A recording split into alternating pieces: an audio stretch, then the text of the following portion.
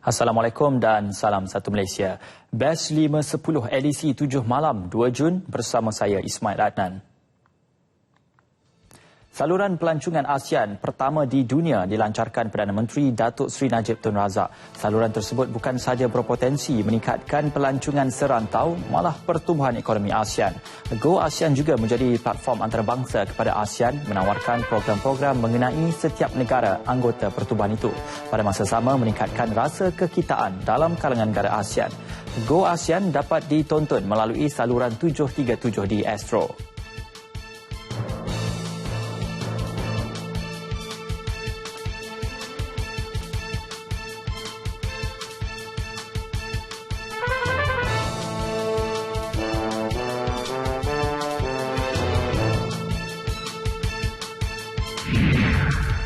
Polis Sabah memberkas Mat Malaya, lelaki yang amat dikehendaki kerana menembak dan mencederakan seorang pembantu mekanik di bengkel membaiki penyaman udara di Jalan Tuaran, Mei lalu.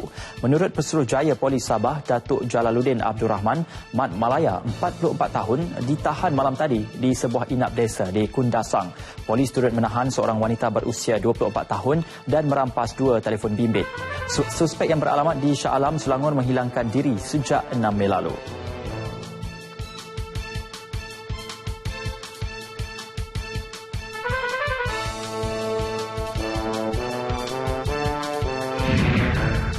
Berita penemuan 139 kubur dan 28 kem yang dipercayai milik pelarian Rohingya di Wang Burma Perlis mengejutkan penduduk Felkra Lubuk Sirih. Semalam, polis memaklumkan akan melakukan operasi menggali semua kubur itu di hutan simpan mata air di Lubuk Sirih esok.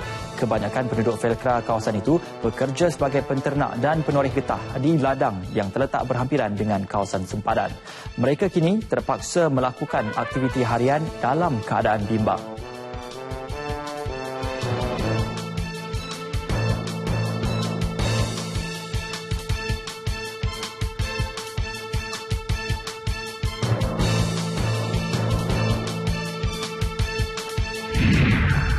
...537 pensyarah yang berkhidmat di Universiti Awam di negara ini berkelulusan ijazah sarjana dan doktor falsafah daripada 20 universiti terkemuka dunia. Bagi Menteri Pendidikan kedua, Datuk Seri Idris Yusof, ia kayu ukur sistem pendidikan tinggi negara yang semakin hebat.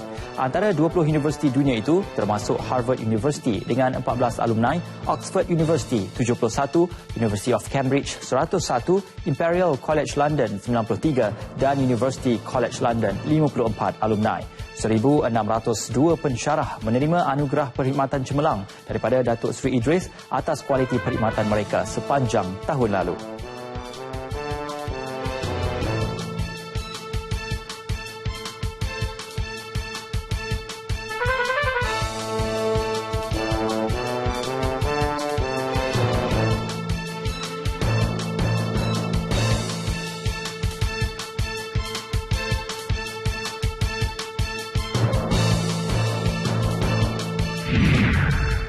Petronas kini menerajui usaha industri untuk menerima pakai perubahan struktur dalam persekitaran perniagaan huluan minyak dan gas di Malaysia. Pengerusinya Tan Sri Siddiq Hassan berkata, inisiatif melibatkan 25 kontraktor pengaturan petroleum itu bertujuan menyemai minda mementingkan kos dalam kalangan penggiat industri. Meskipun penggiat industri tidak boleh meramal kepastian harga minyak pada masa depan, mereka boleh bersedia mengharungi sebarang turun naik dengan terus berinovasi. Petronas telah mengumumkan pemotongan 15% perbelanjaan modal dan 25% perbelanjaan operasi.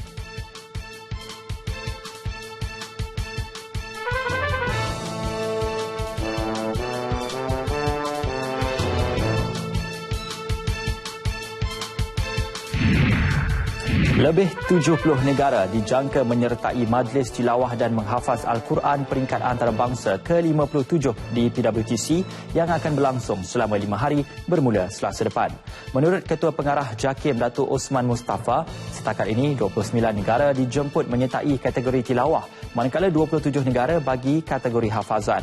20 negara lagi dijemput secara pilihan terbuka dan boleh memilih satu daripada 2 kategori itu. Malaysia akan diwakili Johan Qori dan Qoriah Majlis Tilawah Al-Quran peringkat kebangsaan iaitu Wan Ainuddin Hilmi dari Kelantan dan Siti Husna Hassan dari Pahang. Bagi kategori hafazan, Muhammad Syazani Jemi dari Johor dan Farihah Zulkifli dari wilayah Persekutuan akan mewakili negara. Baiklah, untuk lebih banyak paparan, ikuti Nasional 8 selepas ini bersama Ivan Toh dan Nur Rashikin Abdul Rahman. Assalamualaikum dan salam satu Malaysia.